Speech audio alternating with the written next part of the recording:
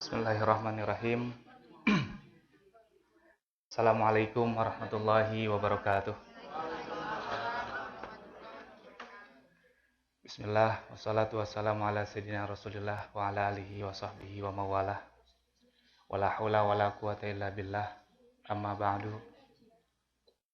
Rasulullah sallallahu alaihi wasallam telah bersabda, "Majtama qaumun yadhkuruna Allah azza wa jalla illa haffat bihimul malaikah wa nazalat alaihimus sakinah." Tidak berkumpul satu kaum yang di dalam perkumpulan itu disebutkan kebesaran Allah, yang di dalam perkumpulan itu dibahas apa yang telah disabdakan oleh baginda Rasulullah SAW, kecuali perkumpulan itu dijamin oleh Allah Subhanahu wa Ta'ala, dikerumuni oleh para malaikat. Selain dikerumuni oleh para malaikat, perkumpulan itu pun dijamin oleh Allah Subhanahu wa Ta'ala akan diturunkan ketenangan. Semoga Bapak Ibu yang hadir pada malam hari ini dikerunai oleh Allah Subhanahu wa Ta'ala rahmatnya dan dikaruniai ketenangan dari Allah. Yang saya hormati bapak-bapak yang Pak Edot, Pak Fauzi, Pak Fat, Pak Darul, kemudian Pak Yono, Pak Hanifah, Pak dan seterusnya, Pak Najib bil khusus ini guru kita yang alhamdulillah beliau bisa menyempatkan diri untuk hadir. Ibu-ibu yang tidak saya bisa sebutkan namanya satu persatu. Salah satu tanda bahwa Allah sedang memuliakan seseorang ketika hambanya itu dibuat mudah untuk berbuat kebaikan. Salah satu tanda bahwa kita sedang dimuliakan oleh Allah ketika kita dibuat mudah untuk berbuat kebaikan. Ibu, bapak sekalian yang dimuliakan Allah. Oleh karena itu jangan heran jika setiap pertemuan seperti ini, jika setiap majelis-majelis ilmu, para ustadz, para kiai senantiasa menyebutkan kepada kita, hadirin itu, suara siapa mendahului kita ini ya?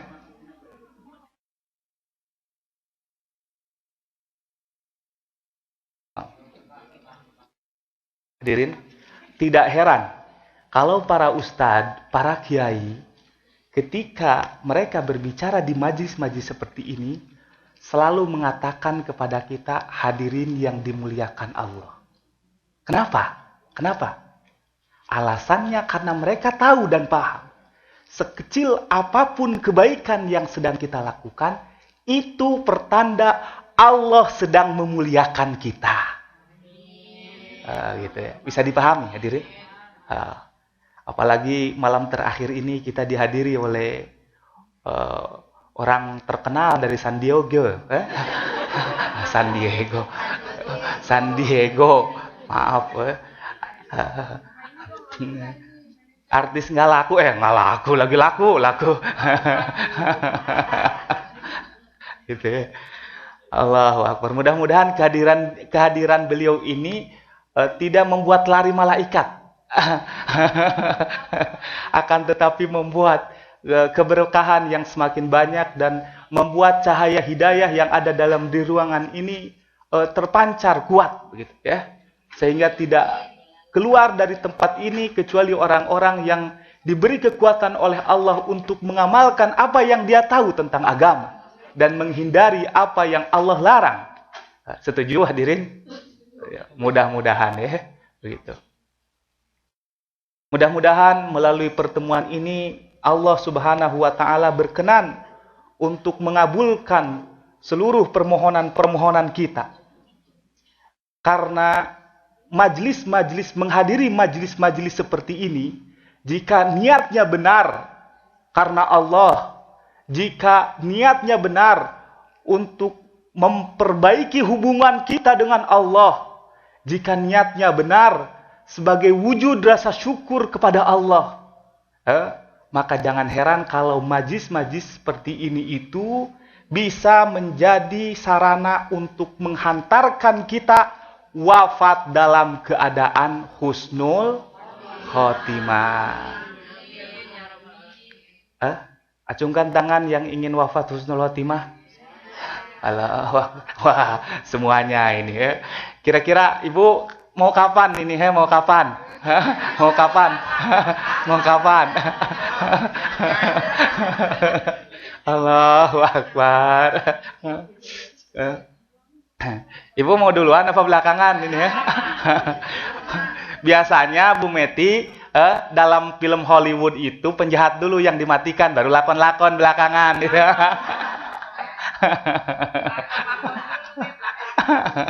Allah yarham Allah.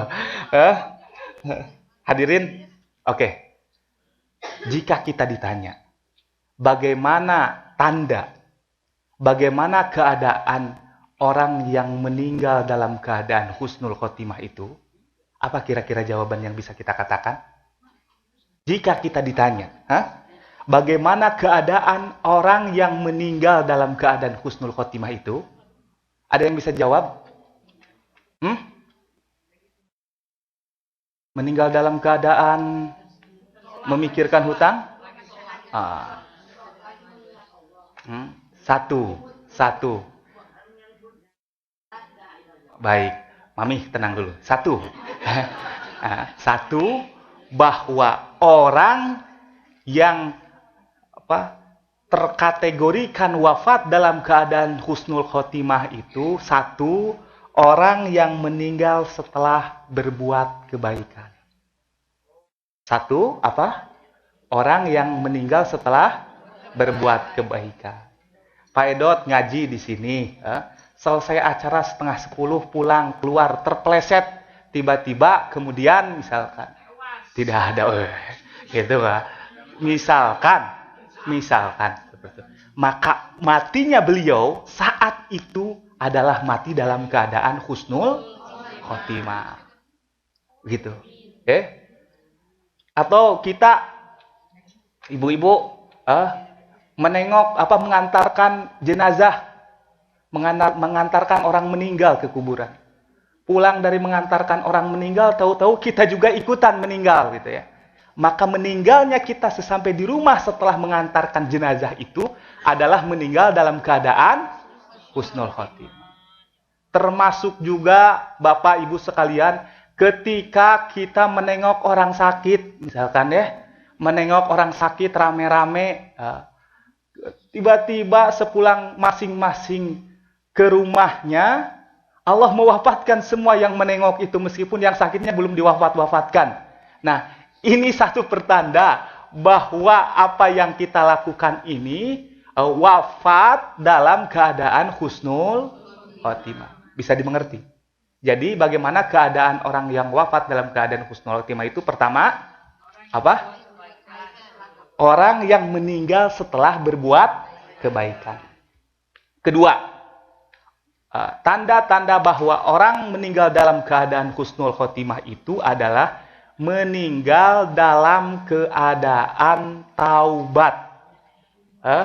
Meninggal setelah bertaubat kepada Allah.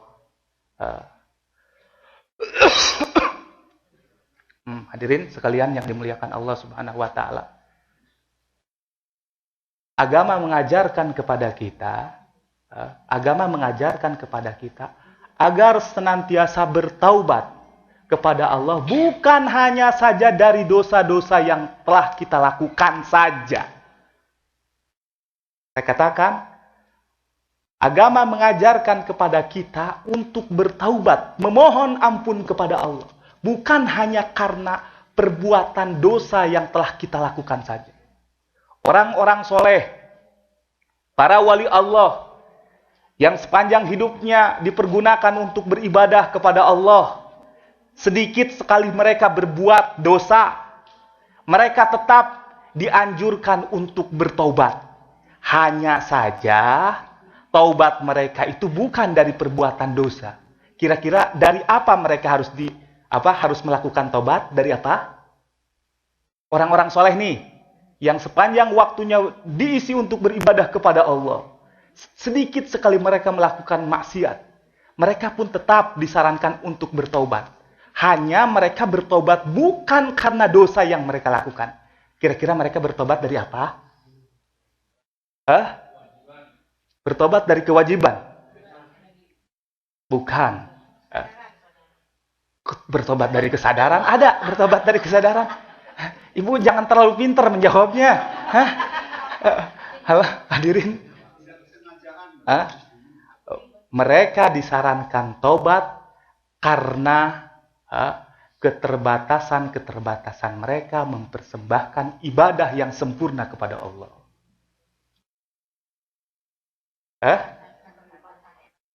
Tidakkah kita diajarkan oleh baginda Rasulullah SAW, setiap kali selesai melakukan istighfar, setiap kali selesai melakukan sholat beristighfar, apa isyarat ini? Ini menunjukkan bahwa apa yang kita lakukan itu sudah dipastikan belum bisa sesempurna yang dipinta oleh Allah. Padahal sholat itu adalah sarana terbaik untuk berkomunikasi dengan Allah. Tapi ada kalanya saat sholat kita mengingat hal-hal lain di luar sholat. Betul? Terkadang kita sedang sholat yang kita ingat kosmetik kita di garasi. Mobil kita, kosmetik di garasi, bukan. Kemana? Di mana kosmetik? Oh, di tas, gitu. Atau mobil kita di garasi, anak-anak kita, dan seterusnya. Nah, hadirin sekalian, apa yang kita lakukan ini tanpa kita sadari, seperti semacam bentuk kemunafikan kita kepada Allah. Padahal Allah mengetahui apa yang ada dalam diri kita meskipun itu hal-hal yang tersembunyi.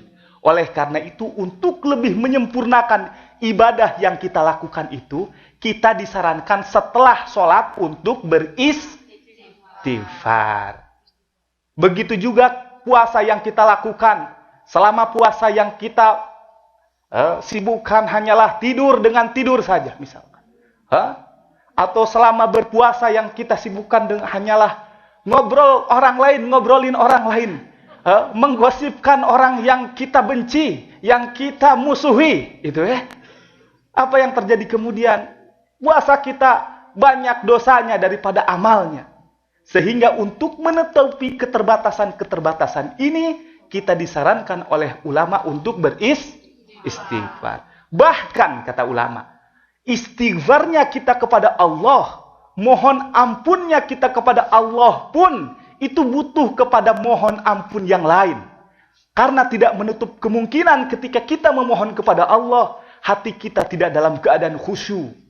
Sehingga mohon ampun ini membutuhkan kepada istighfar yang lain. Bisa dipahami hadirin? Begitu ya. Jadi yang kedua, salah satu tanda bahwa seseorang itu wafat dalam keadaan husnul khotimah apa? Bertaubat. Hadirin, ini majlis-majlis seperti ini pun sarana agar kita majlis-majlis ilmu seperti ini itu adalah salah satu sarana supaya dosa-dosa kita yang begitu banyak dihapuskan oleh Allah dan digantikan dengan amal baik dan digantikan dengan pahala-pahala kebaikan. Ibu, bapak yang dimuliakan Allah Subhanahu wa Ta'ala. Di antara salah satu kebiasaan orang-orang terdahulu, mereka senantiasa menutup majelisnya, menutup pertemuan-pertemuan seperti ini itu dengan melafadzkan kalimat La ilaha illallah. Bahkan tidak heran kalau di beberapa tempat, di banyak tempat di Jakarta khususnya, sebelum memulai pengajian itu yang mereka lakukan adalah berzikir menyebut nama Allah. Berzikir menyebut nama Allah. Jadi diharapkan dengan itu bukan hanya ilmu saja yang didapat, akan tetapi Allah Subhanahu wa taala pun gitu kan memberikan pahala yang lebih dari zikir yang kita lakukan. Bisa dipahami oleh semuanya? Baik, hadirin. Imam Bukhari dan Muslim meriwayatkan sebuah hadis bahwa Rasulullah Shallallahu alaihi wasallam bersabda, "Man qala la ilaha illallah," barang siapa yang mengucapkan kalimat la ilaha illallah, wa yumiddalamuhu, dan dia ketika mengucapkan lafaz ini memanjangkan lamnya, la ilaha illallah, huddimat lahu arba'atu alafim minal kabair, maka Allah Subhanahu wa taala menghapuskan baginya 4.000 dosa besar. 4.000 dosa besar. Wa in lam yakun arba'atu alaf, ada di antara sahabat yang bertanya, kalau seandainya yang bersangkutan itu tidak memiliki 4.000 dari dosa besar, bagaimana?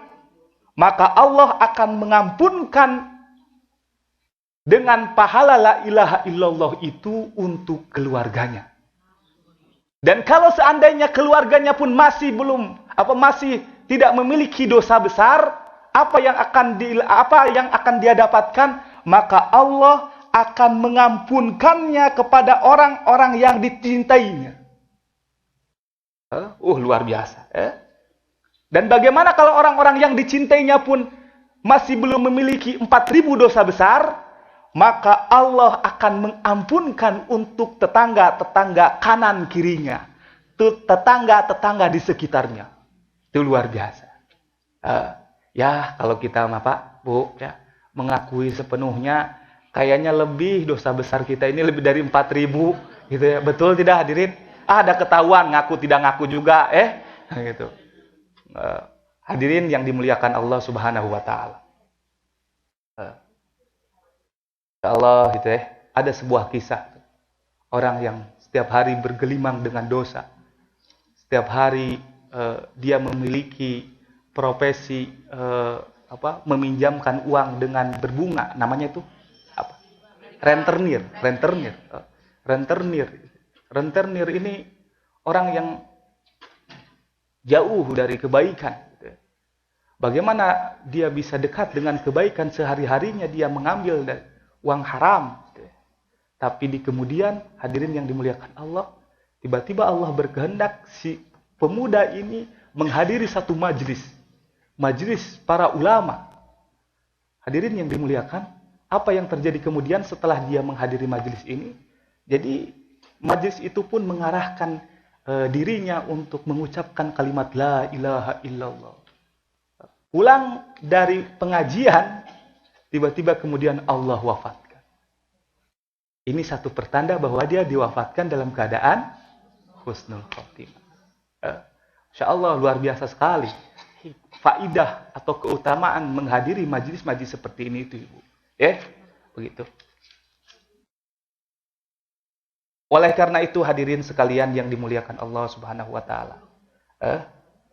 Jangan sekali-kali kita dalam kondisi zaman seperti ini, zaman yang siapapun di antara kita tidak bisa terhindar dari berbuat dosa, kita dianjurkan oleh para ulama untuk tidak menyia-nyiakan berbuat baik, untuk tidak menyia-nyiakan dalam berbuat kebaikan. Sekecil apapun itu, lakukan, hadirin. Lihat sampah berserakan, ambil. Simpan di tempat sampah. Gitu. Terus apa lagi hadirin? Lihat Pak Edot lagi nyuci piring, bantu. Begitu ya. Isi kotak juga bantu. Hadirin. Sekecil apapun kebaikan yang kita lakukan, itu akan menjadi pahala di sisi Allah Subhanahu wa taala. Begitu juga dengan tersenyum, hadirin. Coba kebaikan, senyum itu udah nggak perlu modal, Pak. Ibu tuh senyumnya enak dilihatnya itu. Betul tidak hadirin? Itu. Berbeda ketika kita melihat orang melihat orang yang cemberut gitu. Kira-kira apa yang kita rasakan? Tidak nyaman, hadirin, tidak nyaman. gitu ya. Senyum kepada siapa saja yang apa? Kepada siapa saja yang kita temui. Kenapa? Itu perasaannya saja. Saya nggak tahu standar senyumnya buat Bu Meti itu seperti apa, saya nggak tahu gitu. Itu. Hadirin yang dimuliakan Allah Subhanahu wa taala. Lihat orang buta nih, orang buta mau menyeberang, bantu. Bantu supaya dia bisa menyeberang. Gitu. Kenapa? Nggak bisa. Ya kalau di Indonesia, oke, dikondisikanlah di mana saja kita bisa berbuat kebaikan, lakukan. Tapi Pak Jono, sebelum kita membantu orang buta itu, tanya dulu, Pak, jangan sampai kita sudah seberangkan dia, tiba-tiba orang buta ini marah. Kenapa? Bapak marah-marah, padahal kan sudah saya bantu untuk diseberangkan. Barusan itu saya baru lewat dari sana, kamu maksain untuk bawa saya lagi ke sini, kan jadi masalah nantinya. Ditanya dulu. Allahu Akbar ya. Bapak Ibu yang dimuliakan Allah Subhanahu wa taala. Selanjutnya apa? Di antara tanda-tanda orang wafat dalam keadaan husnul khotimah itu orang yang meninggal setelah ia mencegah hawa nafsunya berbuat dosa. Orang yang meninggal setelah dia mencegah hawa nafsunya untuk berbuat dosa. Bisa dipahami hadirin? Saya paham masing-masing di antara hadirin yang hadir di sini memiliki kegiatan, gitu kan? Tidak ada yang kosong. Gitu. Tapi hadirin lebih memilih kepada menghadiri tempat seperti ini daripada misalkan nongkrong lagi di kafe atau ke clubbing begitu, minum kopi tadi udah tidak mengganggu, asal tidak mengganggu ya. gitu. Dan alhamdulillah dengan minum kopi ini saya bisa tepat datang ke sini, betul tidak hadirin? Coba kalau tidak minum kopi tadi bisa jam 9 baru sampai Pak Edat. Gitu ya. Begitu. Meninggal dalam keadaan dirinya dia mencegah hawa nafsunya. Ia mencegah hawa nafsu untuk berbuat dosa. Hadirin.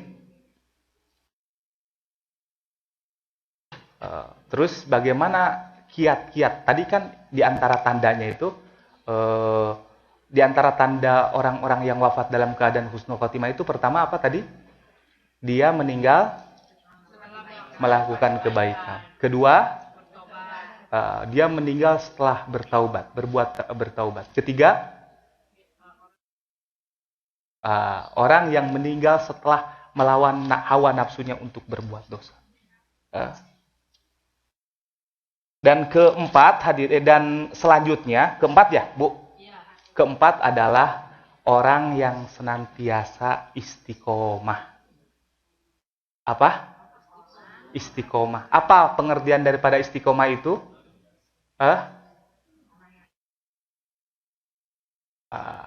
Selalu menjalankan ketaatan kepada Allah.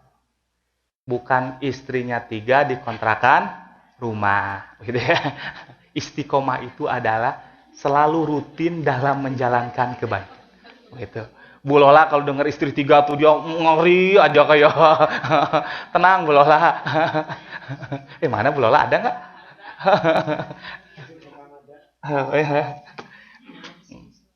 Hadirin yang dimuliakan Allah, lakukan kebaikan secara rutin. Sebagaimana dipesankan oleh siapa? Syekh Abdurrahman bin Muhammad As-Saqaf.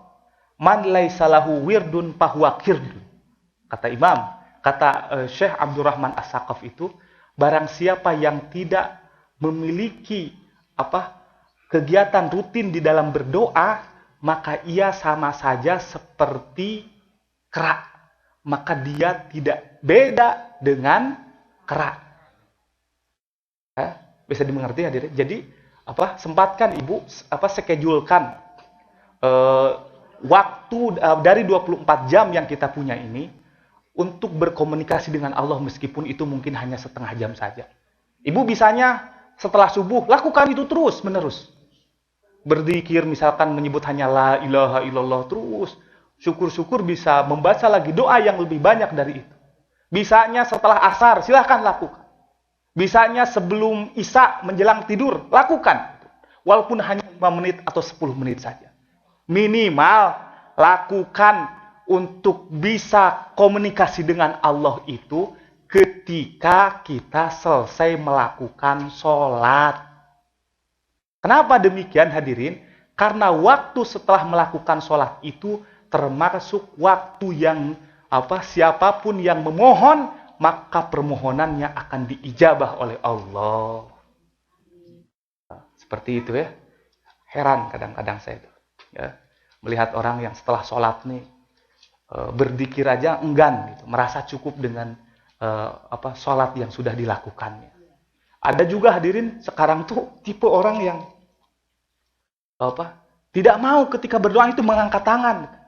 Ada juga yang seperti itu hadirin. Gitu. Padahal saya pergi ke Sudan, saya juga pernah tinggal di Saudi, tidak ada orang tuh kalau berdoa tidak mengangkat tangan. Jangan berdoa mengangkat tangan, karena Rasulullah itu ketika mengangkat tangan hanya dalam istisqa saja. Ini hadirin pemahaman yang salah. Tetap doa angkat tangan. Ya. Tapi jangan terlalu lebay, mengangkat tangan begini, begitu. Tidak. Yang biasa saja. Gitu, ya. Yang biasa saja. Bisa dimengerti hadirin? Baik. Kenapa Syekh Abdurrahman As-Saqaf menganggap orang yang tidak memiliki waktu khusus untuk berdoa, untuk memohon kepada Allah seperti kera, kata beliau itu seperti kera kan? Seperti tahu kera? Monyet.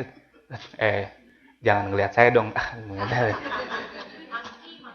Gitu ya. Kenapa demikian hadir? Kenapa? Lihat kera. Dia bangun tidur, setelah tidur itu makan, lompat sana sini, ketemu dengan lawan jenisnya sesama kera, dia kawin, setelah kawin tidur. Betul tidak? Sama dengan kita, bangun tidur, ya kan, setelah bangun tidur pergi kerja, setelah gitu berangkat ke kafe sana sini, itu kan, atau kemana lagi, ke tempat-tempat hiburan, kemana? Pulang ke rumah ketemu bini.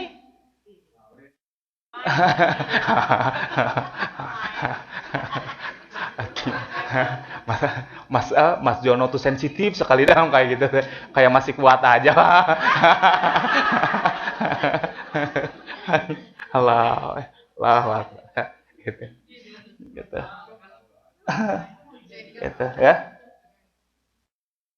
Hadirin sekalian yang dimuliakan Allah Subhanahu wa taala, agar kita ketahui bersama bahwa kelak satu hari nanti kita akan menemukan hari penghisaban hadirin. Hari penghisaban dari seluruh amal-amal, dari seluruh apa yang kita lakukan selama di dunia ini. Dari seluruh apa yang sudah kita lakukan di dunia ini. Dari waktu yang kita miliki. Dari nikmat-nikmat Allah yang sudah diberikan kepada kita. Tsumma latus'alunna yauma idzin 'anin na'im. Kemudian pada hari itu nanti mereka akan ditanyakan dari apa-apa yang sudah Allah berikan kepada kalian. Dari nikmat-nikmat yang, dari anugerah nikmat yang selama ini kalian rasakan. Itu ya. Nikmatani, kata Rasulullah SAW mengingatkan kepada kita. Nikmatani maghbunun minha fiha kasirum minan nas. Nikmatani maghbunun minha kasirum minan nas. Dua nikmat yang mana manusia itu selalu tertipu dengan nikmat ini. Apa itu hadirin? Pertama, nikmat apa yang selalu yang dimana nikmat apa yang dimana kita selalu tertipu dengan nikmat itu? Satu nikmat. Halo Pak, nikmat apa satu? Satu nikmat. Satu nikmat sehat. Kedua nikmat. Kedua nikmat kekosongan. Nikmat waktu luang. Gitu kan? Dua nikmat ini yang selalu memperdaya manusia. Bisa dimengerti hadirin? Dua nikmat ini yang selalu Memperdaya manusia. Allahu Akbar. Bagaimana kita tidak terperdaya dengan dua nikmat ini? Orang yang Orang yang cuti saja, ini orang yang cuti saja. Berapa kira-kira waktu tidur yang mereka yang biasa mereka punya? Berapa kira-kira mereka menghabiskan waktu untuk tidur bagi yang cuti, hadirin? Berapa kira-kira? Hah? Berapa? Tidur dari jam 9 atau jam 8. Bangun jam berapa lagi? 12. Allahu Akbar, gitu ya. Bagaimana kita mau selamat dari pertanyaan malaikat mungkar dan nakir? 24 jam yang kita miliki, ketika kita luang saja kita pergunakan dengan hal-hal yang tidak bermanfaat. Memang tidur itu bisa menjadi zikir, bisa menjadi ibadah kepada Allah. Kapan itu bisa menjadi ibadah? Ketika kita tidur dalam keadaan berwudu. Ketika sebelum tidur yang kita baca adalah doa sebelum tidur. Atau doa-doa yang diajarkan oleh Rasulullah SAW sebelum tidur. Maka tidurnya saat itu tidak sia-sia. Tidurnya saat itu menjadi zikir kepada Allah. Makanya upayakanlah. Jadi kita kalau sudah lelah sekali itu minimal kita berwudu sebelum tidur. Supaya nilai tidur kita ini berkualitas di hadapan Allah. Setelah berwudu, kita berdoa. Doa tidur apa? Bismika Allahumma ahya wa bismika am. Dan ada juga riwayat yang menyebutkan bahwa Rasulullah SAW sebelum tidur itu membaca Qul huwallah 3 kali, Qul a'udzu birabbil falaq 3 kali, dan Qul a'udzu birabbin nas 3 kali. Kemudian setelah itu ditiupkan kedua telapak kita dan diusapkan ke seluruh permukaan. Insya Allah dengan begitu tidur kita tidak lagi sia-sia. Tidur kita menjadi pahala ibadah di sisi Allah Subhanahu wa taala. Allahu Akbar. Bagaimana kita juga bisa mempertanggungjawabkan apa yang sudah kita lakukan di sini? Berapa jam coba? Berapa menit kira-kira sholat yang kita lakukan hadirin? Pada setiap sholat itu berapa menit yang kita lakukan? Ya, sekitar 5 menit itu mungkin bahkan ada yang kurang daripada 5 menit. Itu bahkan ada yang kurang dari 5 menit hadirin. Jangan mentang-mentang pemain lari cepat begitu. Di dalam sholat nggak ada istilah sholat cepat hadirin. Selesai salam, apa yang dia baca? Allahumma lantas jalan. Nauzubillah, summa nauzubillah hadirin. Allahu Akbar. Bu Ani, bagaimana ini Bu Ani ya? Kualitas sholat tuh begitu kita nih ya. Di bawah sholat imamnya panjang dikit komplain. Justru kita nih doyannya kalau punya imamnya yang suratnya pendek-pendek gitu ya. Allahu Akbar. Tapi memang imam, kenapa Ustadz selama di sini itu saya mendengar bacaannya biasa-biasa aja, tidak panjang-panjang. Justru saya mempertimbangkan keadaan kalian. Hadirin, saya tahu ketika mengimami sholat isya ini, kita sudah mengaji 2 jam, 1 jam lebih. Jadi kalau saya bawa tuan-tuan, ibu-ibu semuanya sholat panjang, khawatir nanti kapok gitu. Gitu. Nah, begitu juga di dalam sholat isya, dan adapun dalam sholat maghrib itu disunahkan ayatnya tidak terlalu panjang. Ini sholat maghrib baca Al-Baqarah lagi. Ya, waktunya juga pendek gitu. Dikhawatirkan ketika kita salam, masuk lagi waktu Maisa. Ada tidak boleh. Gitu ya. Ya, yang bijak-bijak saja. Begitu ya, yang bijak-bijak. Kecuali kalau sholat subuh. Ya, disunahkan untuk memanjangkan bacaan. Kalau sholat subuh tuh, disunahkan untuk memanjangkan bacaan. Hadirin yang dimuliakan Allah Subhanahu wa taala, keempat. Tanda-tanda orang yang wafat dalam keadaan husnul khotimah itu Dia selalu berhusnuzon kepada Allah. Apa? Husnuzon kepada Allah. Berbaik sangka kepada Allah. Meyakini bahwa apa yang diberikan oleh Allah itu tidak pernah salah. Menerima apa yang diberikan Allah kepada kita, baik sesuatu hal yang menyenangkan ataupun hal-hal yang tidak menyenangkan. Menyadari bahwa apa yang diberikan Allah kepada kita itu semuanya tidak terlepas dari hikmah. Apa hikmah dari diberikannya ujian kepada kita, hadirin? Salah satunya apa? Pak Darul, apa hikmahnya Pak Darul? Pak Dono, apa kabar? Baru dah nyampe? Macet? Kayak di Jakarta aja macet Pak Dono. Gimana? Hikmahnya minimal kita bisa bersabar. Dan pahala sabar adalah apa? Pahala sabar diampuni dosa-dosa kita dan diangkat derajat oleh Allah Subhanahu wa taala. Jadi nggak rugi jadi orang mukmin itu nggak rugi. Rugi tidak hadirin jadi orang mukmin? Tidak. Orang mukmin itu dapat nikmat baik bersabar apa bersyukur kalau nikmat? Bersyukur, Ibu.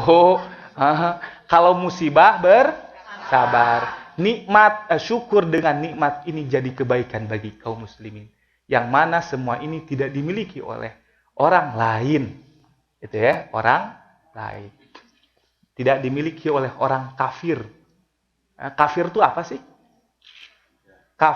Kafir itu terambil dari akar kata kafaro yukafiru.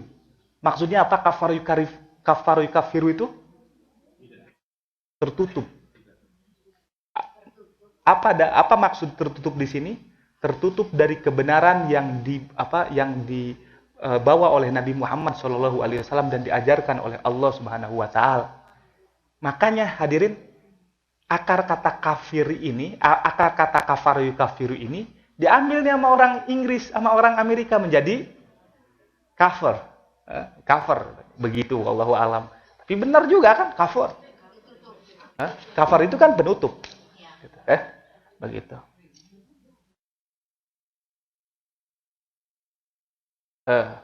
Allahu Akbar. Kita tahu hadirin dan kita merasakan bahwa umumnya manusia itu kapan mengingat Allah? Coba, kapan mengingat Allah? Lagi susah. Ngaku Bu Meti nih. ketika lagi susah dan apa? Coba satu lagi. Kapan kita mengingat Allah? Biasanya kan susah juga sama sakit. Ketika apa? Singapura, Ibu Singapura. Nah, lagi memiliki keinginan atau berhajat kepada Allah. Baru kita ingat, ya Allah, gitu, ingin punya mobil.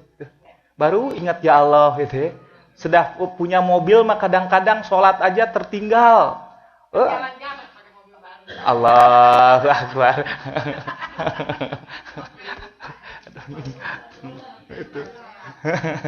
Betul tidak hadirin? Istighfar semuanya nih, ya Allah. Atau kalau lagi sakit nih kan, sakit gigi, ya Allah sakit, gitu. Betul gitu ya. Kalau dalam keadaan sehat nih, kapan kita menyebut nama Allah? Susah.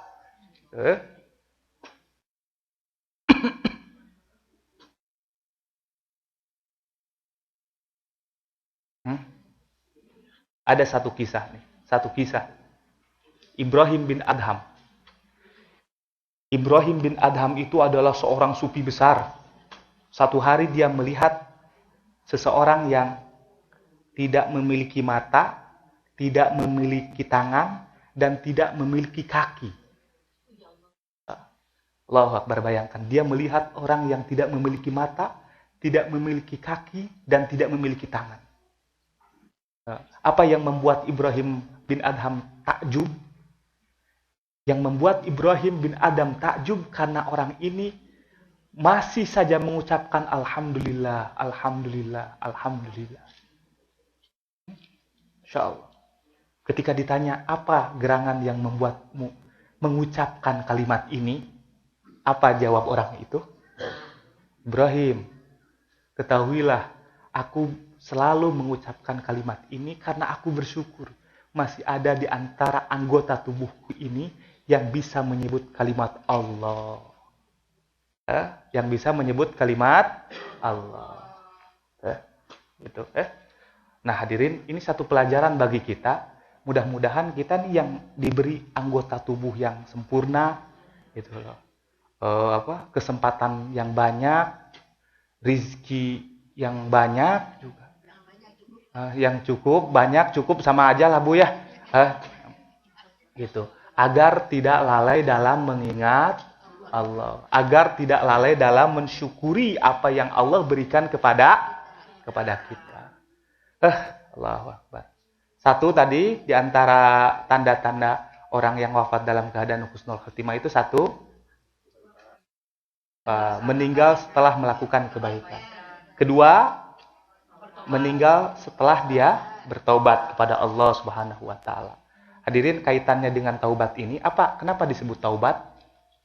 Kenapa disebut taubat, Bu? Bu, apa? Taubat?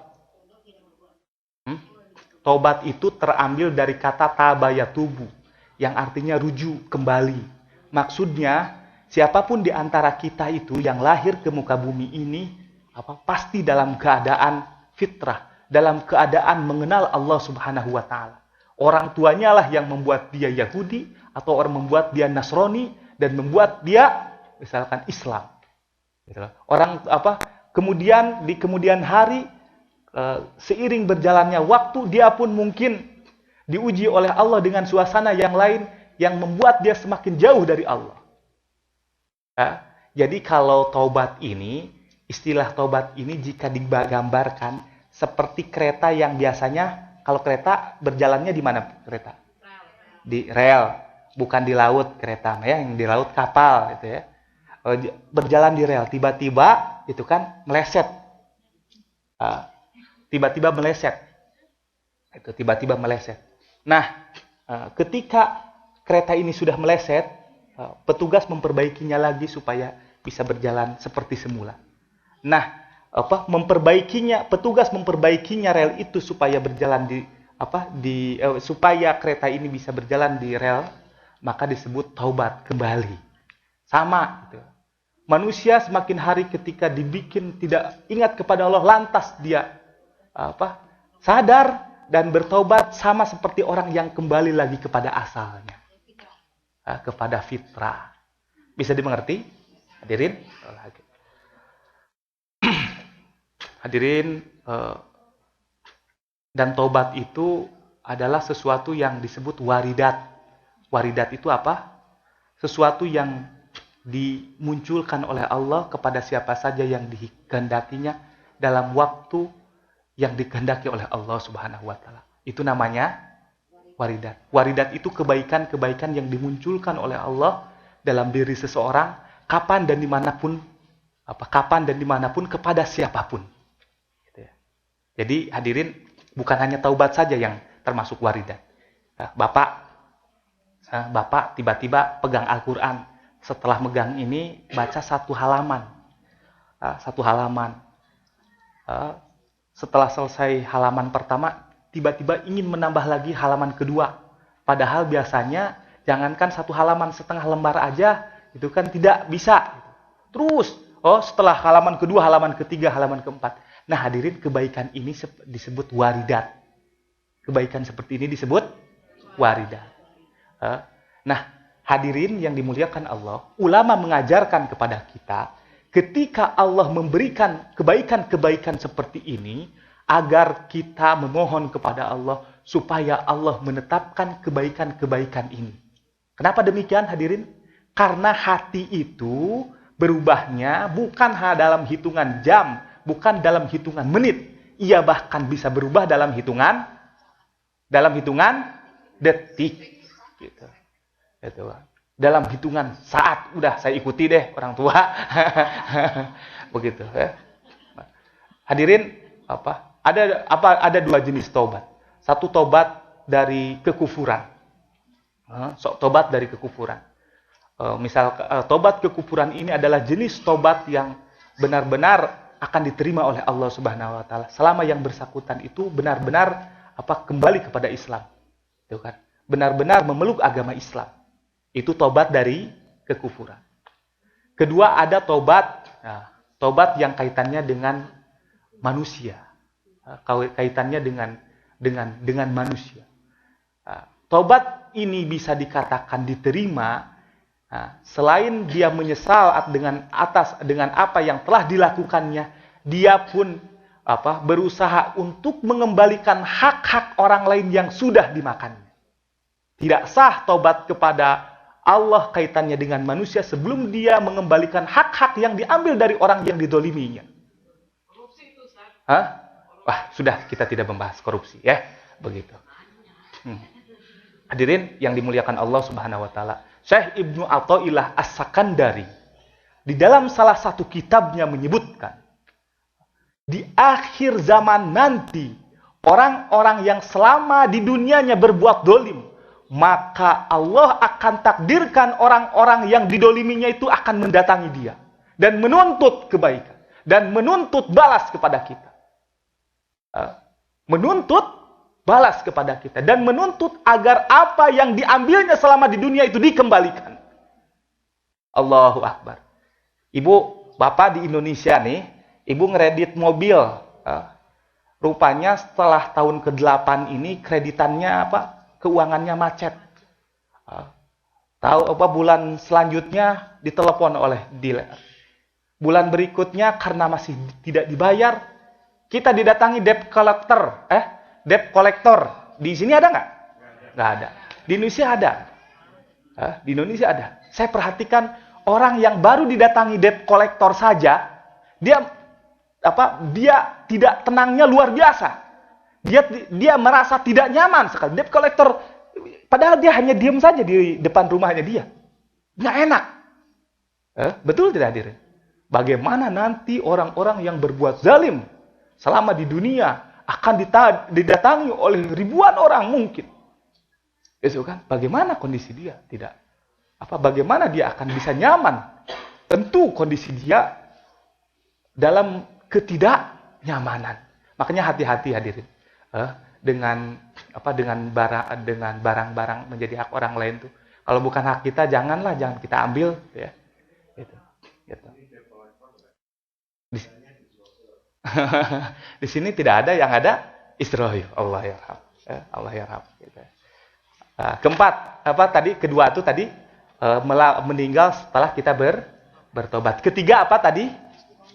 Istiqomah. Keempat, berhusnuzon, menahan nafsu setelah berbuat dosa. Kelima, istiqomah. Dan keenam, hadirin sekalian, zikrul maut wa kasrul amal. Banyak mengingat mati dan selalu bisa memperbanyak amal soleh. Itu tanda-tanda orang yang meninggalnya dalam keadaan husnul khotimah. Gitu. Zikrul maut. Orang yang selalu mengingat kematian itu, atau orang yang selalu memperbanyak amal soleh, sholatnya pun tidak pernah cepat-cepat, hadirin. Sholatnya berkualitas. Gitu ya. Sholatnya berkualitas. Disebutkan di dalam sebuah riwayat bahwa Imam Syafi'i, orang soleh Imam Syafi'i, sering kali melakukan sholat, hanya 2 rakaat saja bacaannya bisa menghatamkan Al-Quran. Imam Syafi'i 2 rakaat saja bisa menghatamkan Al-Quran. Allahu Akbar ya. Tidak. Gitu. Menghatamkan Al-Quran kalau dibaca dengan bacaan yang artinya tidak terlalu cepat, makhorijul hurufnya tepat, bisa sampai 1 hari atau dalam hitungan jam juga bisa. Kenapa? Kalau subuh sudah melewati? Kalau subuh tadi bacaannya bukan subuh. Salat sunnah. Salat sunnah dalam 2 rakaat bisa mengkhatamkan Al-Quran. Kemudian juga hadirin, ada di antara sahabat yang ketika ketika peperangan pulang dari pertempuran itu dia terkena 26 tusukan, 27 busur panah. Dia terkena 27 busur panah. Ketika busur-busur ini akan dicabut, dia mengatakan, cabut busur ini ketika aku sholat. Jadi hadirin, orang-orang zaman dahulu itu ketika sholat itu benar-benar konsentrasi. Itu ya. Kita mah kadang lagi sholat ini kan BBM, teknik, aduh siapa kira-kira yang ngomong saya? Gitu ya. Atau kalau tidak minimal Pak, maaf, di satu tempat di Indonesia kan masih banyak nyamuk, itu minimal nyamuk keplok lagi. Akhirnya kita tidak khusyuk. Zaman dahulu orang bisa dibikin begitu nyaman dengan sholat, sehingga tidak heran ketika mereka dihadapkan dengan masalah besar pun yang pertama kali dia lakukan apa? Sholat. Oh, sholat yang luar biasa. Mudah-mudahan hadirin kita pun bisa mengikuti mereka insya Allah. Allahu Akbar.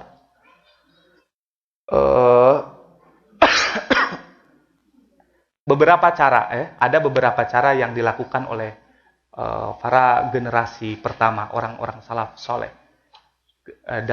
Beberapa cara yang dilakukan untuk mengingat kematian. Satu, di antara mereka itu, salah satu cara yang dilakukan, ada yang di antara mereka itu agar dirinya selalu ingat kematian, kemana-mana bawa kain kafan. Kemana-mana bawa kain kafan. Bawa kain kafan, Bu, kemana-mana. Gitu. Ini ada juga yang di antara mereka itu supaya terus diri mereka itu terkontrol dan tidak melalaikan kematian. Ada di antara mereka yang kemana-mana membawa membawa tanah kuburan, tanah makam. Tapi bukan untuk azimat ya, bukan untuk azimat, bukan. Untuk demi selalu mengingatkan bahwa dia ini akan meninggal. Begitu. Ada juga di antara mereka itu yang membawa foto kuburan, foto kuburan gitu. Allah ya, generasi pertama kita itu sangat luar biasa sekali hadirin. Mengontrol dirinya supaya tidak lalai dari kematian. Gitu. Karena nikmat dunia ini, kemegahan dunia ini cenderung lebih dapat membuat orang lalai. Nikmat kemegahan dunia ini cenderung membuat orang lalai. Alhaakumut takasur hatta zurtumul maqabir. Kalian telah dibikin lalai oleh kenikmatan dunia sampai kalian baru tersadarkan ketika kalian dihadapkan dengan kematian, ketika kalian sudah dihadapkan dengan liang kubur. Ya Allah. Ya. Hadirin yang dimuliakan Allah Subhanahu wa taala.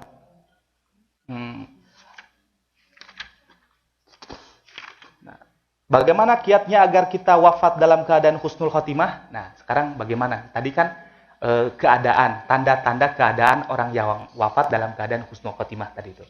Sekarang kiat supaya Allah Subhanahu wa taala mewafatkan kita dalam keadaan husnul khotimah. Satu, mulazamatut taqwa. Selalu berbuat taat, selalu berbuat kebaikan, menghindari dosa. Pastikan diri setelah pengajian ini tidak ada yang keluar dari tempat ini kecuali senantiasa berbuat kebaikan. Baik dengan lisan kita, dengan tangan kita, dengan kemampuan kita. Lakukan itu.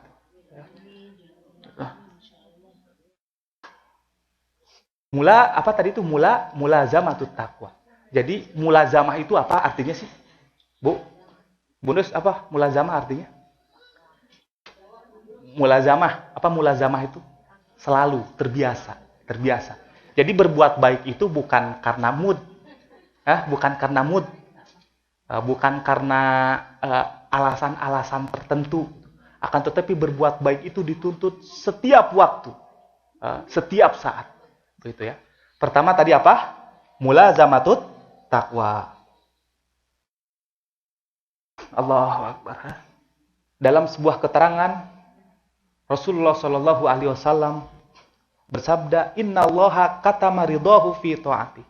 Allah Subhanahu wa taala menyembunyikan sifat ridhonya dalam berbuat baik.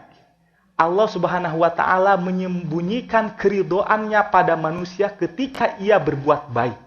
Jadi kalau kita berbuat baik, pertanda Allah itu ridho kepada kita. Dan Allah kalau sudah ridho, apapun yang akan kita minta pasti Allah berikan. Betul tidak hadirin? Jangan jauh-jauh hadirin. Jangan jauh-jauh lah.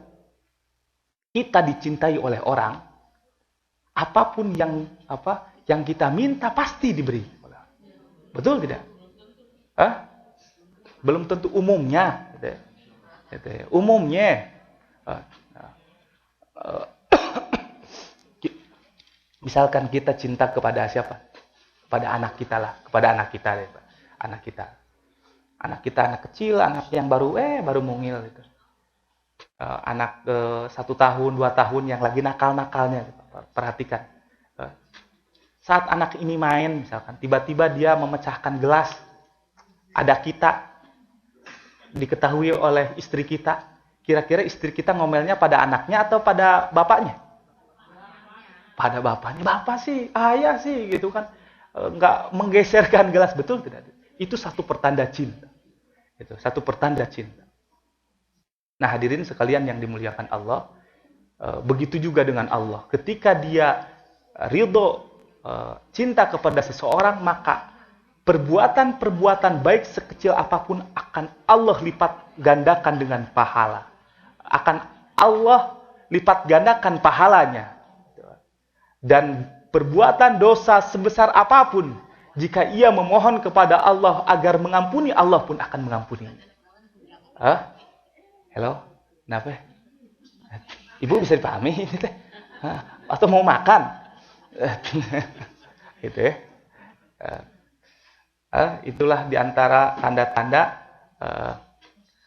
agar kita diwafatkan, bukan diantara kiat-kiat agar kita diwafatkan dalam keadaan husnul khotimah. Satu apa tadi? Selalu berbuat baik. Yang kedua, ayyalu hafid du'ai ala ayyatawaffa husnul khatimah. Dia senantiasa merengek kepada Allah agar diwafatkan dalam keadaan husnul khatimah. Dia selalu memohon kepada Allah agar diwafatkan dalam keadaan husnul khatimah. Ketiga, ayyulazima, dan dia pun selalu memohon agar ayyalu hafid du'ai ala ayyatawaffa husnul khatimah. Dia senantiasa memohon kepada Allah agar diwafatkan dalam keadaan husnul khatimah. Disebutkan bahwa al-mautu ala ma asha alaih. Kondisi kita saat meninggal itu ditentukan bagaimana keadaannya saat masih hidup.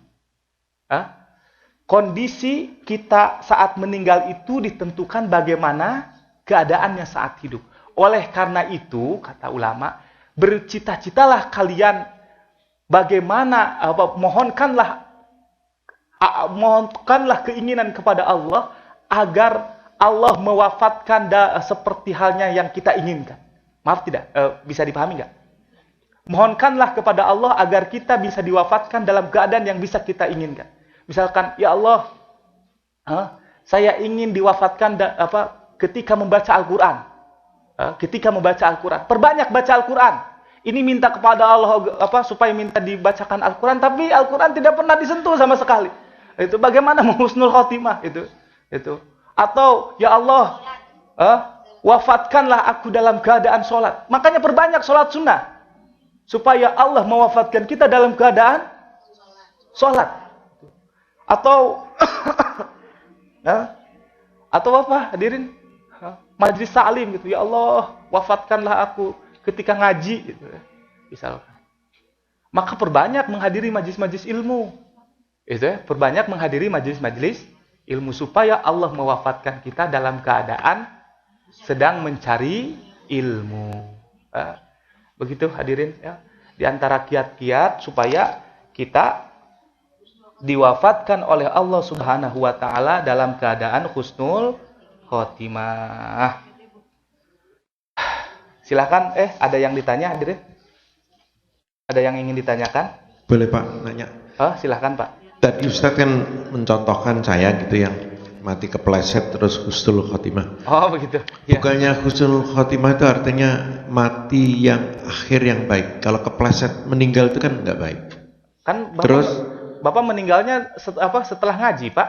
ya, tapi dalam keadaan kepleset kan bukan akhir yang baik. Terpelesetnya setelah ngaji Pak, gitu kan? Oke. Begitu. Terus kalau misalnya kayak dulu Ustadz hari pertama mengatakan ada orang yang dimakan harimau itu husnul khotimah atau enggak? Nah, terus bandingannya lagi dengan orang dalam peperangan yang mati syahid, itu husnul khotimah atau enggak? Jadi begini ya, kalau kisah yang pertama itu kan ujian yang diberikan oleh Allah kepada dia karena sebelum meninggal dia memohon supaya diwafatkan supaya diwafatkan di mana dalam keadaan derajatnya ditinggikan oleh Allah Subhanahu wa taala. Nah, Allah menguji dia dengan ujian begitu berat, Pak. Yaitu ujian ujian dimakan dengan harimau. Gitu ya. Kedua, berkaitan dengan orang yang mati dalam berperang di jalan Allah itu tergantung niatnya. Memang disebutkan dalam sebuah riwayat ada orang yang berperang di jalan Allah, orang yang menyaksikannya mengatakan, wah dia pasti mati syahid. Tapi dibantah oleh Rasulullah SAW, dia tidak mati syahid karena dia mati karena dia mati itu semata-mata supaya namanya diabadikan oleh generasi setelahnya. Tergantung niatnya, gitu ya. Tergantung dia niatnya. Yang melahirkan termasuk orang yang mendapatkan pahala orang yang mati syahid. Seperti ini nih, seperti majlis taklim begini nih. Majlis taklim ini adalah menghadiri majlis taklim seperti ini itu pahalanya, keutamaannya seperti orang yang sedang berjuang di jalan Allah. Gitu ya. Keutamaannya seperti gitu. Disamakan oleh Allah dengan orang yang berjuang di jalan Allah. Seperti itu, Pak. Ya. Ya, hadirin silakan yang ada yang ingin ditanyakan? Allahu Akbar. Mudah-mudahan Allah Subhanahu wa taala itu mentakdirkan kita. Ada yang ditanyakan?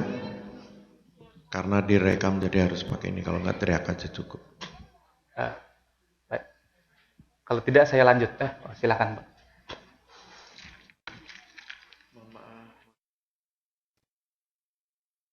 Assalamualaikum Ustadz. Waalaikumsalam warahmatullahi wabarakatuh. Ustadz bilang kalau berbuat baik dan semuanya itu kalau berbuat baik kita akan menuju ke arah diwafatkan husnul khotimah.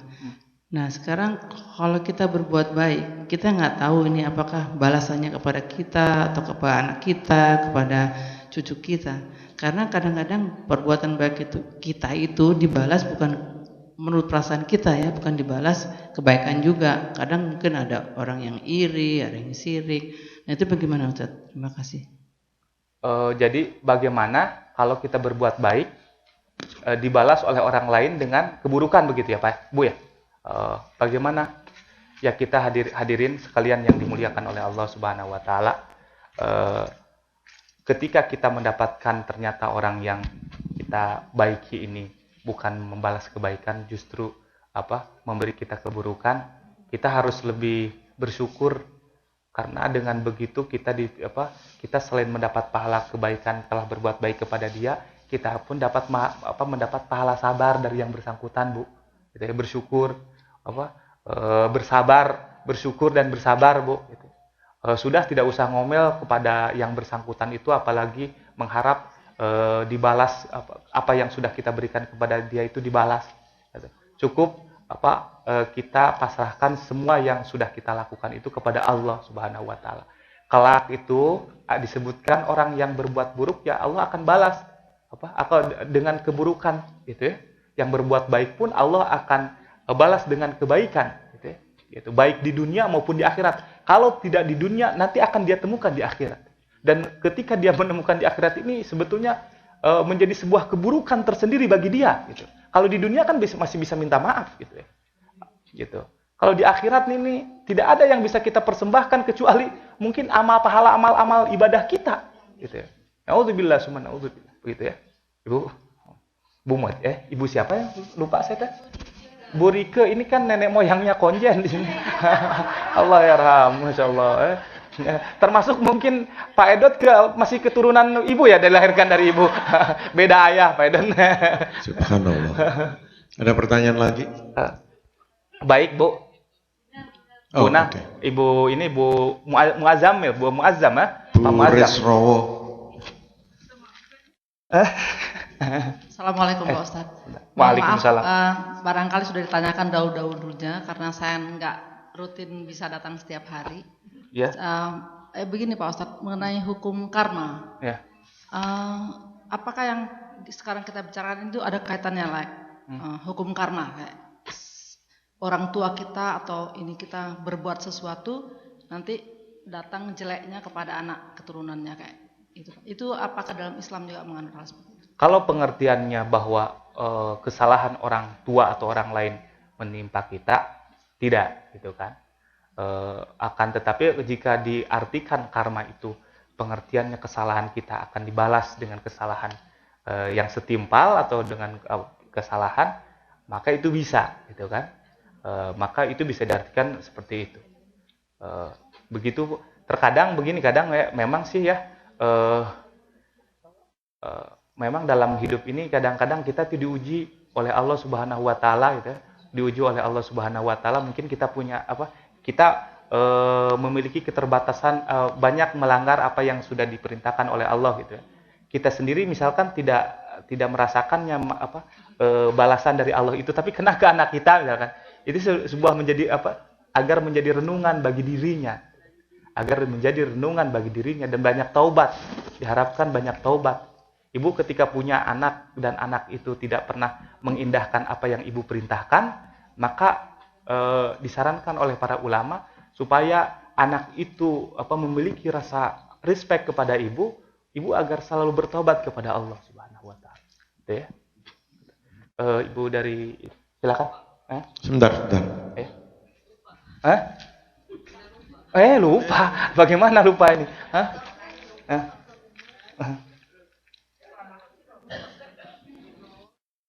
Ada yang lain? Bapak-bapak mungkin? Pak Najib? Allahu Akbar. Diteruskan Bapak-bapak lagi. sepertinya sudah dibikin nyaman ini hadirin. Saya sudah katakan bahwa pertemuan tadi ini pertemuan yang akan diturunkan ketenangan. Tenang bapak-bapak ini ya. Walaupun kartu kredit belum dibayar, mobil cicilan mobil belum lunas, rumah juga belum kebayar gitu. Tenang aja di sini. Mudah-mudahan dengan dihadirkannya di tempat ini seluruh masalah-masalah yang sedang kita hadapi Allah mudahkan semuanya. Hadirin, saya akan berkisah satu cerita di mana suatu hari Sayyidina Umar radhiyallahu anhu keluar rumah di tengah terik matahari. Keluar rumah menuju beranda Masjid Nabawi. Keluar rumah menuju beranda Masjid Nabawi. Ketika Sayyidina Umar duduk di beranda itu, tiba-tiba Abu Bakar pun keluar. Ma akhrajaka ya Umar? Apa yang membuat engkau keluar sehingga engkau ada berada di tempat ini? Apa yang dikatakan Umar? Ma akhrajani illal ju. Aku Abu Bakar tidak keluar kecuali saat ini aku sedang lapar. Gitu. Abu Bakar juga sama dong dengan saya. Saya tidak keluar kecuali dalam keadaan lapar, ini perut saya lapar gitu ya. Sudah itu mereka ketika berbicara itu tiba-tiba keluar Rasulullah SAW. Kenapa kalian berada di sini, kata Rasulullah SAW. Ya Rasul, kami berada di sini itu lapar gitu ya. Di rumah kami tidak ada makanan. Oh kalau begitu sama, saya juga lapar kata dia tuh. Kata beliau ini. Akhirnya Rasulullah berkata kepada mereka, mari kita sama-sama mendatangi salah seorang Ansor. Oh ya, salah seorang penduduk Ansor. Gitu ya. Mereka datang ke rumahnya, sampai di rumahnya Rasulullah SAW mengucapkan salam. Assalamualaikum. Ya. Waalaikumsalam, dijawab oleh penghuni rumah. Saat itu yang menjawab adalah istri dari sahabat Ansor itu. Sahabat Ansor ini sedang pergi ke kebun. Siapa di luar? Katanya. Saya, Rasulullah dengan Abu Bakar dan Umar. Oh, kalau begitu silahkan masuk. Dibukakan pintu. Dibukakan pintu, Lalu orang ini kemudian menghampiri suaminya yang sedang di ladang. Ayah, katanya, kita sekarang kedatangan tamu Rasulullah Shallallahu Alaihi Wasallam. Kira-kira apa yang akan kita berikan? Oh, saking senangnya dengan kedatangan Rasulullah, sahabat ini mengambil kurma, buah kurma, memanjat pohon kurma dan mengambil kurma. Yang dia ambil itu ada kurma tua, ada kurma mudanya, ada kurma masih mengkal. Semua dia ambil. Lalu dibawa ke rumahnya dan disajikan kepada Rasulullah. Rasulullah bertanya, kenapa ini engkau membawa kurma sebanyak ini dengan berbagai macam gitu, dengan berbagai macam? Apa jawaban sahabat ini? Rasul, kami tidak tahu.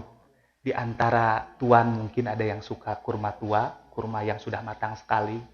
Di antara tuan pun mungkin ada yang suka kurma mengkel atau yang setengah matang gitu, kurma muda gitu ya. Begitu. Oh, begitu. Rasul, sebentar. Saya akan menyembelihkan kambing untuk tuan-tuan, katanya kan. Dia pun menyembelihkan kambing, hadirin. Menyembelihkan kambing untuk Abu Bakar, Umar, dan Rasulullah SAW. Kambing itu disembelih, lalu dipasak. Dipasaknya pun dengan berbagai macam masakan, digulai, direndang gitu ya, atau diopor dan seterusnya dan seterusnya. Ini satu pertanda, hadirin. Satu pertanda, Pak Edot. Jadi kalau kita menjamu tamu itu, menjamu makanan untuk tamu itu bukan atas selera kita, harus selera mereka. Ini kan kita menyengajakan diri, biar gak dimakan sama tamu gitu ya. Kita kasih yang tidak suka pedas, kita kasih yang pedas gitu ya. Yang tidak suka jengkol, kasih jengkol. Ya, nggak ada yang makan gitu ya. Ini akhlak dari baginda Rasulullah SAW. Akhlak yang dilakukan para sahabat. Ketika kita menjamu tamu itu, berikan makanan yang betul-betul disukai oleh dia. Jangan disukai oleh kita, gitu ya. Gitu. Ya. Udah setelah hidangan itu disajikan, Umar, Abu Bakar tuh dari tadi sudah lama dia kelaparan. Mereka makan dengan begitu lahap. Mereka makan dengan begitu lahap. Rasul hanya makan sedikit saja mengimbangi mereka. Saat mereka begitu lahap makan, tiba-tiba Abu Bakar melihat dari kedua mata Rasulullah Shallallahu Alaihi Wasallam meneteskan air mata. Meneteskan air mata sehingga Rasul Abu Bakar memberhentikan makannya. Rasul, apa yang membuatmu menangis? Oh tidak. Tidak, lanjutkan kalian makan. Gitu ya. Kemudian, saya tidak akan makan. Itu kan sebelum engkau menjelaskan apa yang membuatmu menangis, apa yang membuatmu meneteskan air mata. Hadirin, sebelum ini itu Rasulullah berpesan. Jadi sebelum itu Rasulullah berpesan, tolong bungkuskan untuk istri saya. Jadi tolong bungkuskan untuk istri saya. Sebelum mereka pun Abu Bakar dengan Umar memakan makanan itu, dibungkuskan oleh istri. Ini satu tanda bahwa kita tuh kalau keluar kota, kalau kemana kita sendirian, untuk ingat sama istri, kita Bu Lola ingetin Pak Farhat tuh, mana Bu Lola, agar bawa makanan yang dia makan. Saya juga sekarang bingung, hadirin, sudah 1 bulan ini saya makan begitu enak. Di rumah istri saya makan enak apa tidak gitu ya. Ya Allah, saking bingungnya selalu minta taubat kepada Allah. Mudah-mudahan Allah mengampuni segala keterbatasan kita. Nanti kita akan berikan hadiah untuk istri Bapak. Allahu Akbar. Enggak, saya tidak mengharap hadiah, hadirin di sini. Tidak. Ini sekarang saya sedang berkisah, mengisahkan. Hadirin yang dimuliakan Allah Subhanahu wa taala. Abu Bakar dengan Umar makan begitulah. Tapi tiba-tiba Rasulullah Shallallahu alaihi wasallam dia menangis. Apa yang membuat engkau menangis, wahai Rasul? Tidak. Tidak. Silahkan kalian melanjutkan makan itu. Silahkan kalian melanjutkan makan. Tidak. Kami tidak akan melanjutkan makan sebelum engkau menjelaskan apa yang sedang engkau rasakan sekarang. Bukankah engkau tahu bahwa kami makan ini semata-mata karena dari tadi kami lapar? Itu kan? Apa yang dikatakan Ya? Apa yang dikatakan Rasulullah Shallallahu Alaihi Wasallam oleh mereka?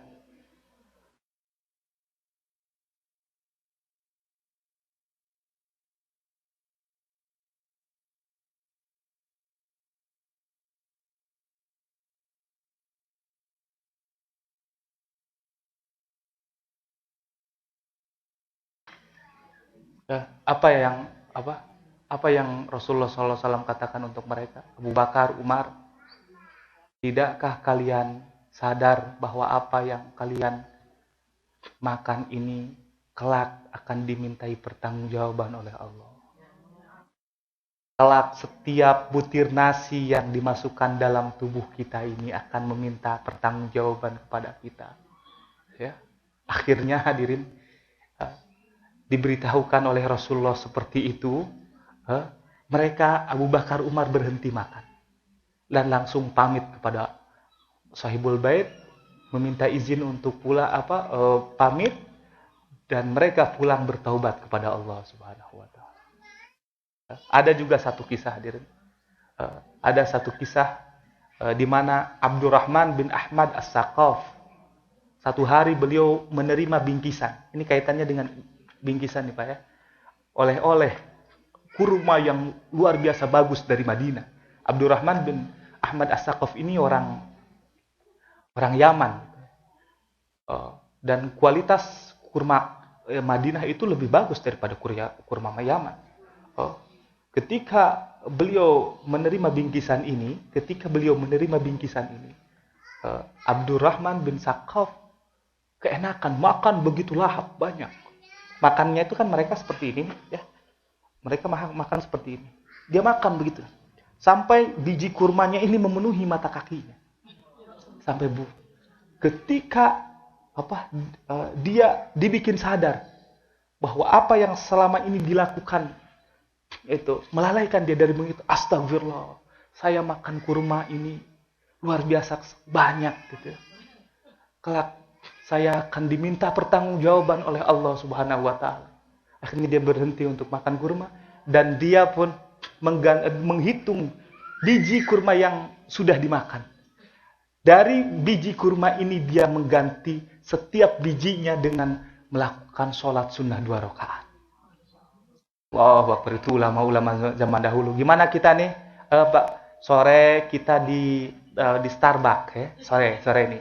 Sekarang nanti habis pengajian ini kita makan juga nih. Allahu Akbar, makan lagi, ya Allah gitu ya. Jauh dengan generasi-generasi kita terdahulu. Tapi bukan berarti saya melarang makan, nikmati hadirin. Tapi dengan syarat mudah-mudahan kita terus menjadi orang-orang yang selalu mensyukuri nikmat Allah Subhanahu wa taala. Hadirin yang dimuliakan Allah Subhanahu wa taala.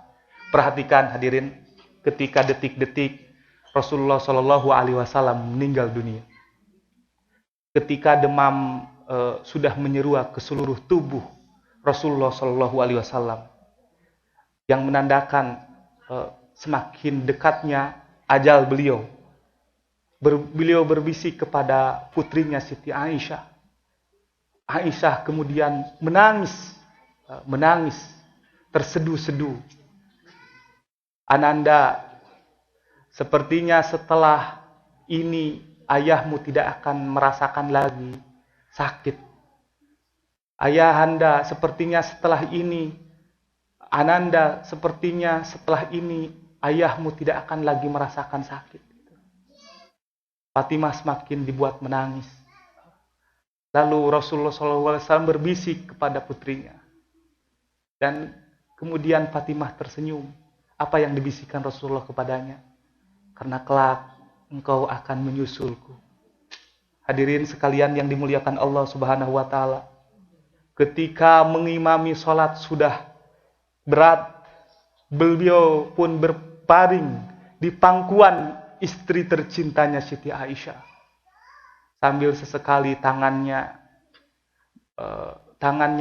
memasukkan ke dalam mangkuk yang ada lalu beliau membasuhkan mukanya.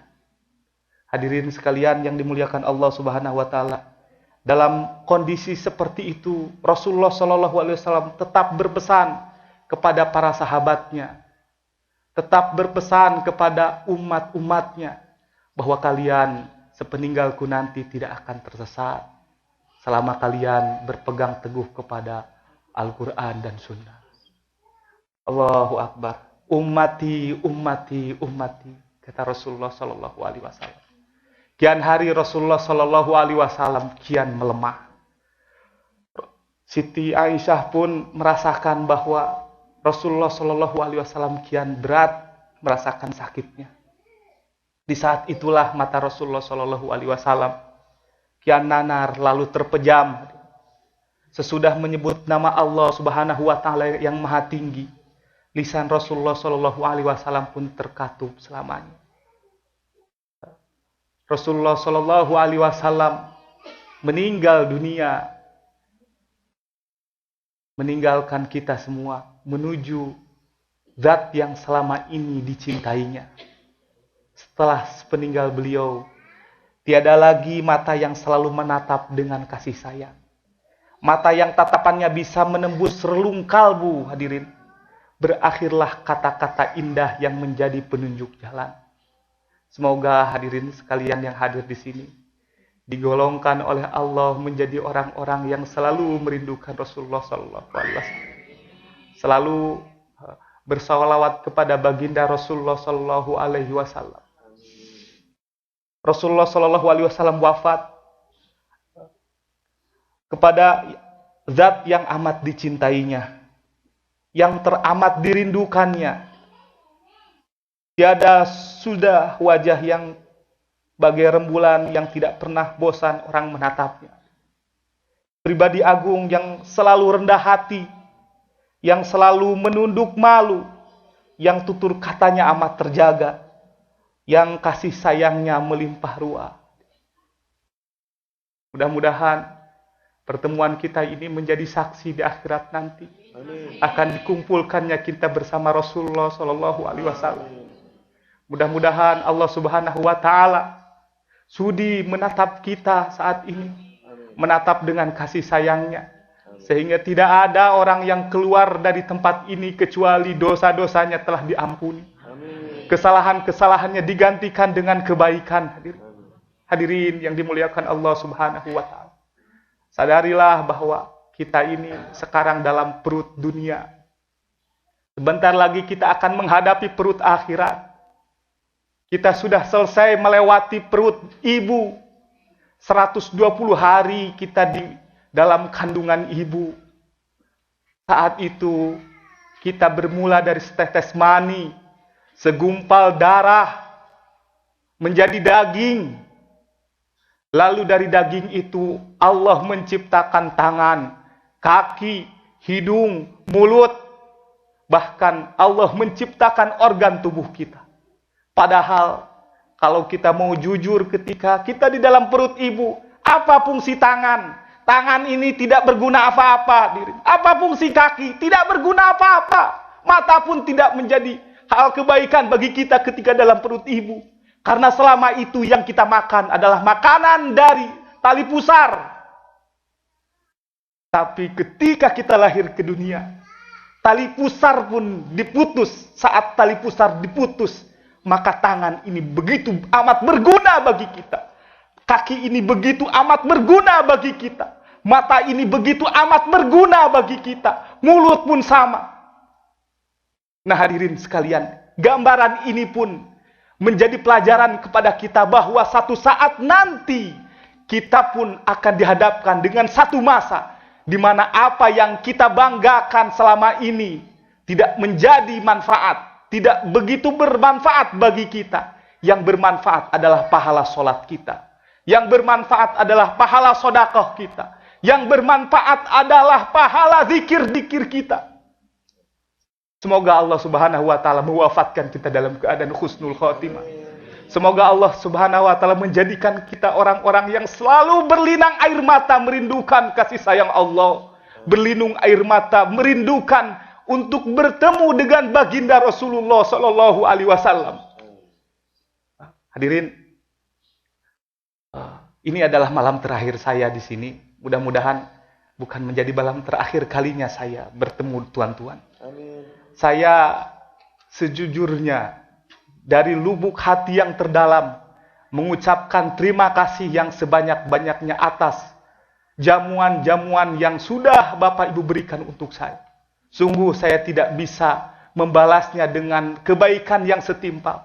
Saya hanya bisa berharap mudah-mudahan apa yang sudah Bapak Ibu berikan untuk saya menjadi keberkahan bagi Bapak Ibu sekalian. Hadirin, ini mungkin yang bisa saya sampaikan. Saya juga mohon maaf yang sebesar-besarnya jika selama di sini ada tutur kata saya yang kurang berkenan, ada kelakuan saya yang tidak membuat nyaman, ada perkataan saya yang tidak sesuai dengan yang diharapkan. Dan saya berharap mudah-mudahan Allah Subhanahu wa Ta'ala memanjangkan umur kita, insyaallah. Memanjangkan umur kita dengan penuh keberkahan, penuh ketaatan. Allah jaga keluarga kita dari kedurhakaan.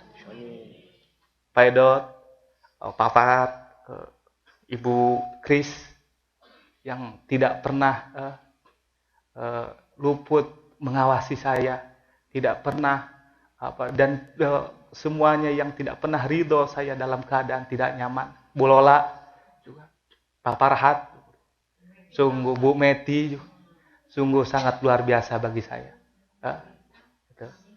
Bu Mita, Bu Ros, Bu Resti, dan seterusnya yang tidak saya sebutkan, bisa saya sebutkan satu persatu. Sekali lagi saya mohon maaf yang sebesar-besarnya. Terima kasih sekali lagi atas semua kebaikan yang sudah Bapak Ibu berikan untuk saya. Mudah-mudahan baju yang diberikan untuk saya menjadi penghalang nanti dari siksa Allah. Mudah-mudahan makanan yang sudah Bapak Ibu berikan menjadi pengenyang nanti di saat orang lain kelaparan. Mudah-mudahan apa yang selama ini sudah Bapak Ibu berikan menjadi tempat yang nyaman nanti di alam barzah dan di akhirat. Demikian Pak Edot mungkin untuk lebih sempurnanya pertemuan kita, mari kita sama-sama memohon ampun kepada Allah Subhanahu wa Ta'ala, memohon doa. Mudah-mudahan Allah Subhanahu wa Ta'ala senantiasa memberkahi kita semua, insyaallah. Astaghfirullah Rabbal baraya, astaghfirullah minal khotoya, astaghfirullah Rabbal baraya, astaghfirullah minal khotoya, astaghfirullah Rabbal baraya, astaghfirullah minal khotoya. Al-Fatihah. A'udzubillahi minasyaitonirrajim. Bismillahirrahmanirrahim. Alhamdulillahirabbil alamin arrahmanirrahim maliki yaumiddin iyyaka na'budu wa iyyaka nasta'in ihdinas siratal mustaqim siratal ladzina an'amta 'alaihim ghairil maghdubi 'alaihim waladdallin. Allahumma shalli ala sayyidina Muhammad wa ala ali sayyidina Muhammad radhiyallahu ta'ala an kulli sahabati rasulil amin. Alhamdulillahirabbil alamin hamdan na'imin hamdan dzakirin hamdan yuafi ni'amahu wa yukafi mazidah. Ya Rabbana lakal hamdu kama yanbaghi li jalali wajhika wa li 'azimi sultanik. Subhanaka la nuhsi tsana'an 'alaika anta kama athnaita 'ala nafsik. Ya Allah, berkahilah malam ini bagi kami semua. Jadikan saat ini menjadi saat diampuninya seluruh dosa-dosa kami, ya Allah. Ampuni kesalahan-kesalahan kami. Kesalahan yang disengaja maupun yang tidak disengaja. Ampuni kesalahan orang tua kami, ya Allah. Muliakan arwah-arwah orang tua kami yang sudah meninggal bersama orang-orang yang Kau cintai. Muliakan dan bahagiakan sisa umur orang tua kami, ya Allah. Wafatkan kami dalam keadaan husnul khatimah. Wafatkan kami dalam keadaan menyebut kalimat La ilaha illallah Ya Allah, berkahilah apa yang sudah kami makan. Berkahilah apa yang sudah kami minum. Berkahilah apa yang sudah kami belanjakan. Berkahilah apa yang sudah kami wakafkan, ya Allah. Berkahilah apa yang sudah kami sedekahkan. Rabbana zalamna anfusana wa illam taghfir lana wa tarhamna lanakunanna minal khasirin. Ya Allah, karuniakan kepada kami keluarga yang sakinah, mawaddah, warahmah. Keluarga yang kau jaga dari kefakiran dan kemiskinan. Keluarga yang terpelihara dari kehinaan dan kenistaan, ya Allah. Jadikan setiap kami ayah-ayah yang dapat menjadi kebanggaan bagi keluarga kami. Jadikan istri-istri kami wanita solehah yang sabar dalam menjalani bahtera rumah tangga. Titipkan kepada kami keturunan yang kau jauhkan dari kedurhakaan. Keturunan yang benar-benar akan menjadi cahaya bagi kami, ya Allah. Allahumma ighfir lil mu'minin wal mu'minat wal muslimin wal muslimat al ahya'i minhum wal amwat innaka sami'un qaribun mujibud da'wat ya qadiyal hajat. Ya Allah, selamatkan bangsa kami. Selamatkan kaum muslimin, kaum muslimah. Jadikan pemimpin-pemimpin kami pemimpin yang adil. Pemimpin-pemimpin yang mencintaimu dan dicintai olehmu, ya Allah. Jadikan pertemuan ini pertemuan yang Engkau berkati. Pertemuan-pertemuan yang Kau rahmati. Jadikan perpisahan kami menjadi perpisahan yang Kau jaga. Kau jaga dari kefakir, Kau jaga dari rasa hasud, Kau jaga dari kebencian, Kau jaga dari kezaliman, ya Rabbal Alamin. Ya Allah, kayakan diri kami dengan ilmu-Mu. Kayakan batin kami dengan kecintaan padamu, ya Allah. Kayakan diri kami dengan keikhlasan, terlepas dari kesombongan, ya Allah. Kayakan diri kami dengan ketawaduan. Kayakan diri kami dengan hidup zuhud, tidak terbelenggu dunia. Kayakan hati kami dengan kasih sayang mencintai hamba-hambamu. Allahumma khtim lana bi husnil khatimah. Allahumma khtim lana bi husnil khatimah. Allahumma khtim lana bi husnil khatimah. Ya Allah, karuniakan kepada kami ilmu yang bermanfaat. Pemahaman agama yang benar. Rizki yang banyak, rizki yang berkah, ya Allah. Sembuhkan setiap orang yang sakit di antara kami. Jauhkan kami dari seluruh penyakit, ya Allah. Sembuhkan orang-orang yang sedang diuji oleh Allah dengan sakit.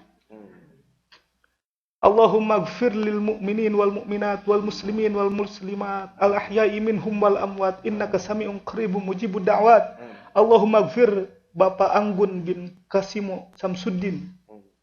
Allahumma ighfir lahu warhamhu wa'afi wa'fu anhu wa akrim nuzulahu wa wasi' madkhalahu waghsilhu bil ma'i was salji wal barad wa naqihi minadh dhunubi wal khataaya kama yunaqqa thawbul abyad minad danas. Allahumma la tahrimna ajrahu wa la tabtinna ba'dahu waghfir lana wa lahu. Allahumma shfi marda ibu Ida wa mardal muslimin. Allahumma shfi anta syafi la shifa illa shifauka shifaan ajilan la yughadiru saqaman. Allahumma aslih lana dinana alladhi huwa ismatu amrina wa aslih lana dunyana allati fiha ma'asuna wa aslih lana akhiratana allati ilaiha ma'aduna waj'al hayata ziyadatan lana fi kulli khair waj'alil mauta rahatan lana min kulli syarr. Ya Allah, jadikanlah kami orang-orang yang sibuk menyebut namamu.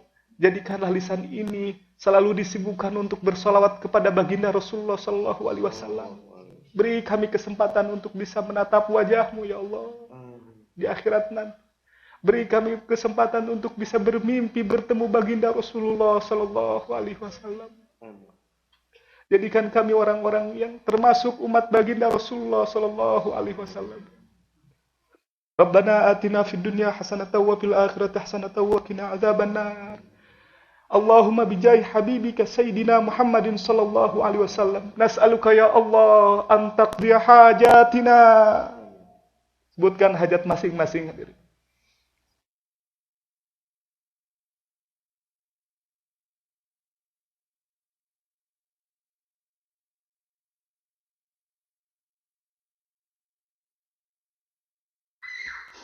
Birahmatika ya arhamar rahimin. Sallallahu ala sayyidina Muhammadin wa ala alihi wa sahbihi ajmain. Subhana rabbika rabbil izzati amma yasifun. Salamun alal mursalin walhamdulillahi rabbil alamin.